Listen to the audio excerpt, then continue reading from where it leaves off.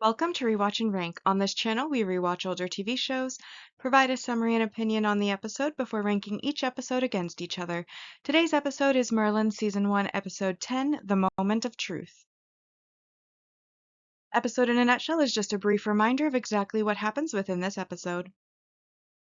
Merlin returns to his hometown of Ylder when Huneth comes to Camelot due to a bandit attacking their village. And Arthur, Morgana, and Gwen decide to follow Merlin in order to help save his village. And Will, who is Merlin's best friend before he left for Camelot, covers for Merlin's magic when he uses it to save the village. So now that I've rewatched the episode, I'm going to rank the episode on our two lists. We have the mostly objective list, which is void of emotion but does still include bias and judgment, and then the personal list, which is simply my emotional response and opinion of the episode. So we'll start with our mostly objective rank values, and I highlighted those I felt applied to this episode. So to start off, we have our single episode supporting character introduction, which is Will, who was the best friend of Merlin before he left the village and who does know about Merlin's magic.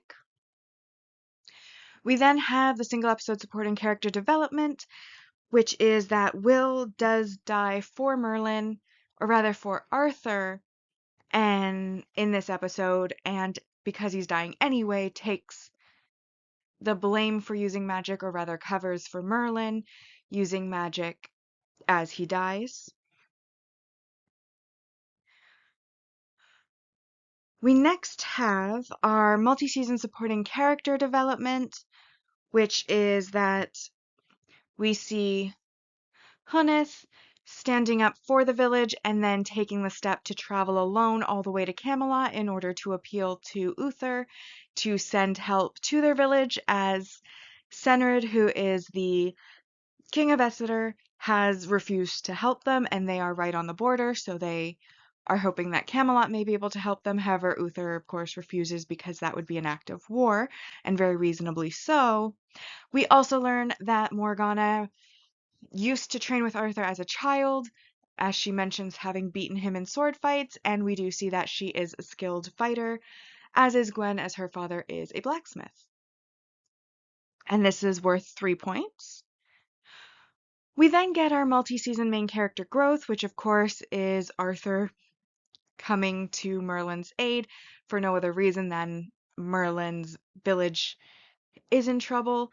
Obviously, his father's refused to send help officially, which, again, totally reasonable. You're not going to start a war for a village that isn't even yours. That would not make sense. Even if you had sympathy for them, which he says he does, but with Uther, whether he actually does or not, anybody's guess. And then, of course, there's the fact that when Will takes the blame for Merlin's sorcery, he doesn't kill him, but then he was dying anyways. And later, when they are burning Will's body, he does comment to Merlin how, after Merlin confirms that he knew about Will's magic, that Merlin should know how dangerous magic is, and that it was something that he should have revealed to him. So that one, I was hesitant to put it as growth, because on the one hand, he doesn't kill Will prematurely because he saved his life and has magic, but at the same time, we can see at the funeral that he doesn't necessarily like the fact that he has magic, so he hasn't quite grown to be accepting of it, even when the person using it died for him. But I still think the showing up for Merlin is enough growth for it to count for the points, and that is worth 4 points, bringing us to 9. However, there are also some negatives in this episode. -1, of course, is the negative messaging or behavior, which is that Will,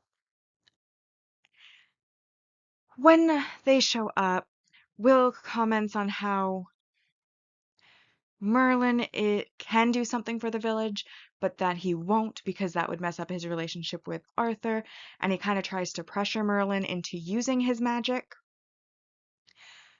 for the village and reveal himself, which Merlin does eventually end up doing, though because Will's dying, he then takes the blame. Will also is constantly trying to get in Arthur's way, being rude to him, constantly trying to convince the villagers not to fight, to run away instead. And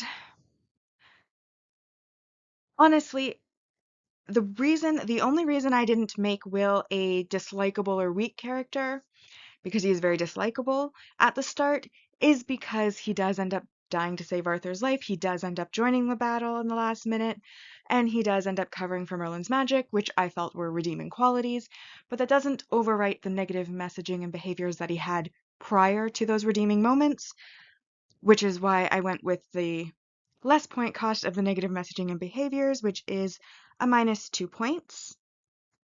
And then there's the failed emotional impact of Will's death, which is a -3 points. As I mentioned before, he was a very dislikable character from the start when we first met him. He did not endear himself at all, at least not to me. Like, I just did not like him one bit.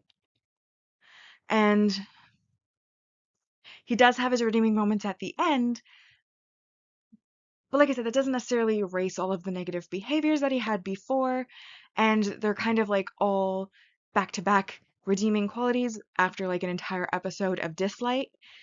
It just wasn't enough to endear him to me to the point where I would feel something when he died, other than like just a mild logical appreciation. And I feel sorry for Merlin because I know he'll be sad it was his best friend. But because I disliked the character at the start and they did nothing to endear the character to us until he was literally dying, which at that point it's like kind of late because I've already hated him and I'm not really sad that he's gone at this point. So, failure. And that brings us to a total of 4 out of 10 objectively for this episode. So, as a reminder of our mostly objective season 1 rankings so far, in first place we have The Dragon's Call, The Beginning of the End, Excalibur, Lancelot, Valiant. In sixth, we have The Poison Chalice, then The Gates of Avalon. This episode is eighth, The Moment of Truth, then The Mark of Nimue, and in 10th, A Remedy to Cure All Ills. Now, as for my personal opinion of this episode, it is a memorable episode in that it is one of the ones that I remember frequently when I'm thinking of the series and I'm not actively rewatching it, and I'm like, what happened in that series again last time I rewatched it? What stands out to me? What can I remember? This episode is one of the ones that I remember. But that's more so because it was going to Merlin's hometown and that he was followed by Morgana, Gwen, and Arthur. But the actual story itself, the plot, I wasn't really big on it. I felt like Hunnith at the beginning, I know they were trying to make her seem brave, but I'm like, you've got a bandit, they're armed, they're on a horse, they've already taken your food, and then you go running up to the horse to take the food. This is a villain. What do you expect to happen? What do you think you can do? You can't do anything. And yet she does it anyways, gets hit in the head, which of course angers Merlin because she gets a black eye from it. And then, because people see her in trouble, one of the guys comes over and is like, honey, be careful. And of course, he gets shot and dies. And it's like, you caused that man's death for no reason. You literally could do nothing. What she did do that was useful was go to Camelot. But even then, why would you appeal to a king of a different nation than the one that your village is in? I understand that Senrid did not choose to do anything, but at the same time, Uther would not be able to do anything because that would be war, and you're not going to go to war between two countries for a tiny border village, even if it happens to be the hometown of one of the servants under your employee. Like, you don't do that. That would be a stupid move as a king. And Uther, for most of his faults, apart from where it pertains to magic, is a pretty good king, from what I have seen in the series so far. So, obviously, he would not be doing that. But then it does make sense now that Merlin is aware of the situation, he's going to go home and try to help. And of course, people who have a personal relationship with Merlin on a personal basis will go with him, and that also made sense for the story. But it was kind of, like they were traveling there, for instance. Arthur kind of lags behind. Morgana and Gwen go with Merlin right away with his mom. And while Morgana and Gwen are sleeping right there. Merlin's mother says, no one can know about your gift.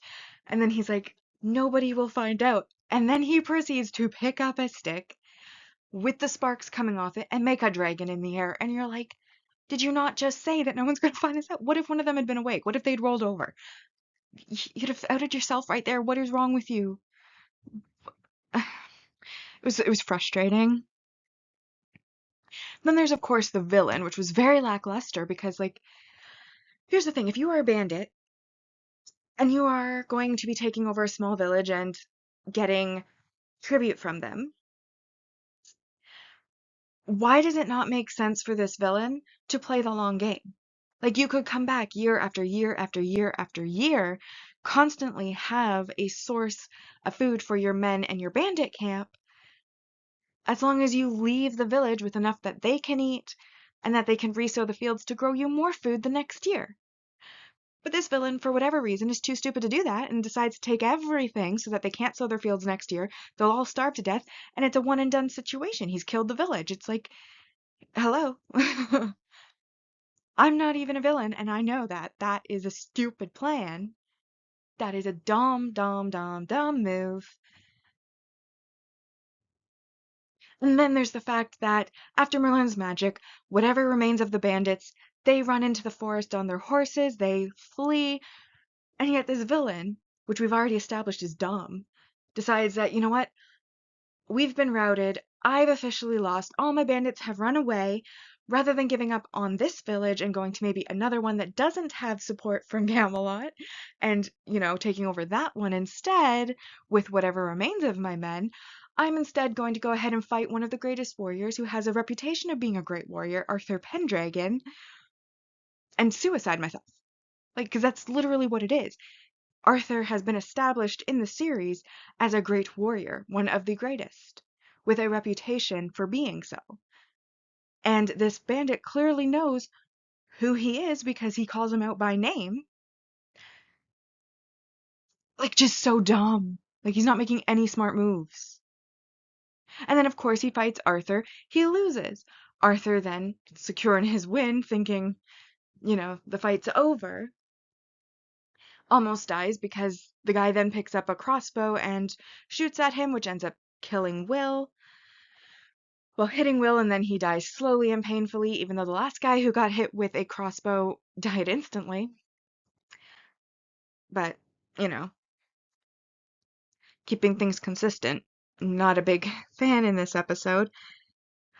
The one thing I will say about the episode that was a positive is I'm an avid reader of fan fiction. I really do enjoy it. And in this series in particular, there's a very big trend with fan fiction, and I feel like this episode gave a lot of fodder to fan fiction writers that they could use as jumping off points for the fan fiction, and I do enjoy that aspect of it, picking out those moments that I've seen them actually use as fodder and things like that. But that's not really related to the episode. That's more related to something I enjoy outside of the episodes. So overall, I didn't like it. I didn't hate it. I mean, there were some good moments, like I said, like the relationship growth, the character growth, the kind of change of pace from being inside of a castle, which we've been for most of the episodes so far, into going to Eildor, seeing how like the noble people interact with the common peoples, and how in this case those are positive interactions, which probably would not have been common from what I can see of the previous novels that we've seen on this show so far. But ultimately, not a fan. So it's my least favorite so far, unfortunately, even though it is memorable, and I gave it a 3 out of 10 for my personal ranking, which then brings our season 1 rankings so far in the personal list to in first place The Poison Chalice, The Dragon's Call, The Gates of Avalon, Lancelot, The Beginning of the End. In 6th, we have Excalibur, Valiant, The Mark of Nimue, A Remedy to Cure All Ills, and then this episode in 10th, which is The Moment of Truth. And this then brings us to our series ranking so far, which is where we will be comparing each of the seasons to each other. And with the addition of 4 on our mostly objective ranking, we are now at 66 out of 130. And then on my personal ranking, we have added 3 for a total of 60 out of 130.